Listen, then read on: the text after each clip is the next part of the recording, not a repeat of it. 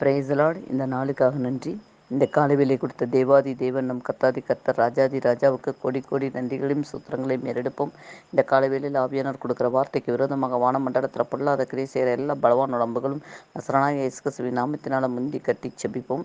இந்த காலை வேளையில் ஆவியானவர் கொடுக்கறது எரேமியா 17ஆம் அதிகாரம் 7ஆம் வசனத்திலையும் 8ஆம் வசனத்திலையும் கொடுத்துருக்காங்க. கர்த்தர் மேல் நம்பிக்கை வைத்து கர்த்தரே தன் நம்பிக்கையாக கொண்டிருக்கிற மனுஷன் பாக்கியவான்.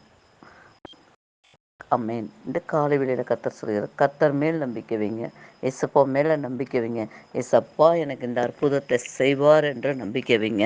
கர்த்தர் ஒருவர் உங்கள் காரியத்தில் எல்லாவற்றிலும் நீங்கள் நம்பி இருக்கிறனால அவர் கண்டிப்பாக உங்களுக்காக எல்லாவற்றையும் செய்து கொடுக்குறவராக இறங்கி வந்து உதவி செய்வாருங்க.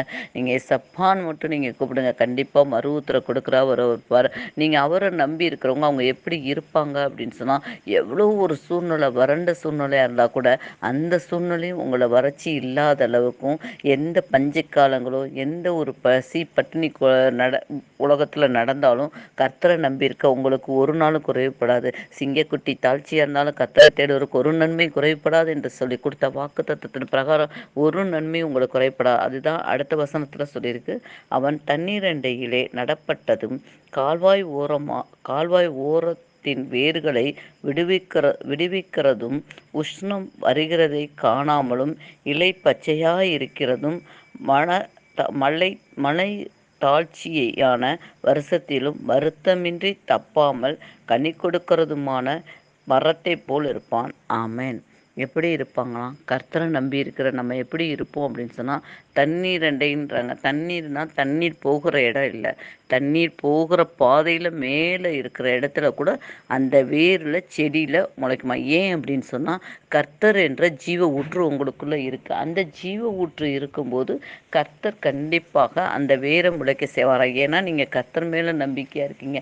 கர்த்தர் மேலே நம்பிக்கையாக இருக்கும்போது அந்த ஓரங்களில் இருக்க வேர்பட்டு கூட அது எவ்வளோ வெயில் பட்டால் கூட அந்த உஷ்ணம் ஆகாமல் இலை பச்சையாக இருந்து அந்த கனி கொடுக்குமா. அதே போல் தான் கர்த்தரை நம்பி இருக்கிற நம்மளுக்கு இந்த காலவெளியில் ஏசப்பா சொல்லுகிற வார்த்தை, நீங்கள் கர்த்தரை நம்பி இருக்கிறதுனால ஒரு நாளும் நீங்கள் குறைந்து போக போகிறதில்ல. உங்களுக்குள்ள இருந்த அபிஷேகம் குறையாது, ஜீவ ஊற்று குறையாது, கனி கொடுக்குறவராக இருப்பீங்க. அநேகருக்கு கனி கொடுக்குறவர்களாக நீங்கள் இருப்பீங்களாம். எவ்வளோ பஞ்சங்கள், எவ்வளோ வியாதிகள், எவ்வளோ கஷ்டங்கள் வந்தாலும் நீங்கள் கர்த்தரை நம்பி இருக்கிறவங்க மட்டும் செழிப்பாக இருப்பாங்களாம். அப்போ எல்லாருக்கும் கண்ணுக்கு முன்னாடி இது யாருடைய கர்த்தர் செய்தார், கர்த்தரை நம்பி இருக்கிறனால நான் ஒரு நாள் வெட்கப்படுவதில்லை, நான் ஒரு நாள் அசைக்கப்படுவதில்லை, நான் அவரை நம்பி இருக்கும்போது என் முகங்கள் பிரகாசிக்க தான் செய்யும், என் தேவைகளை சந்திக்கிறது மட்டும் இல்லை, என்னுடைய தலைமுறைகளையும் அவர் பிளஸ் பண்ணுவார் அப்படின்னு சொல்லத்தக்கதாக இந்த காலை வேளையில் ஆவியானவர் பேசிக்கொண்டு இருக்கா. ஒவ்வொருத்தரோட இடைப்படுகிற வார்த்தைக்காக நன்றி செலுத்துவோம். ஏசப்பா, இந்த காலை வேளையில் உண்மை நம்பி இருக்கிற ஒவ்வொருத்தருக்குள்ளையும் தகப்பனே ராஜா, ஒரு நாளும் எந்த குறைவு இல்லாத அளவுக்கு தகப்பனே அநேக கண்ணி கொடுக்கிறவர்களாய் நீங்கள் மாற்றி கொடுங்க டாடி. அநேகருக்கு பிரோஜனமுள்ள ஒரு பாத்திரமாய் நீர் எடுத்து பயன்படுத்துங்க தகப்பனே ராஜா.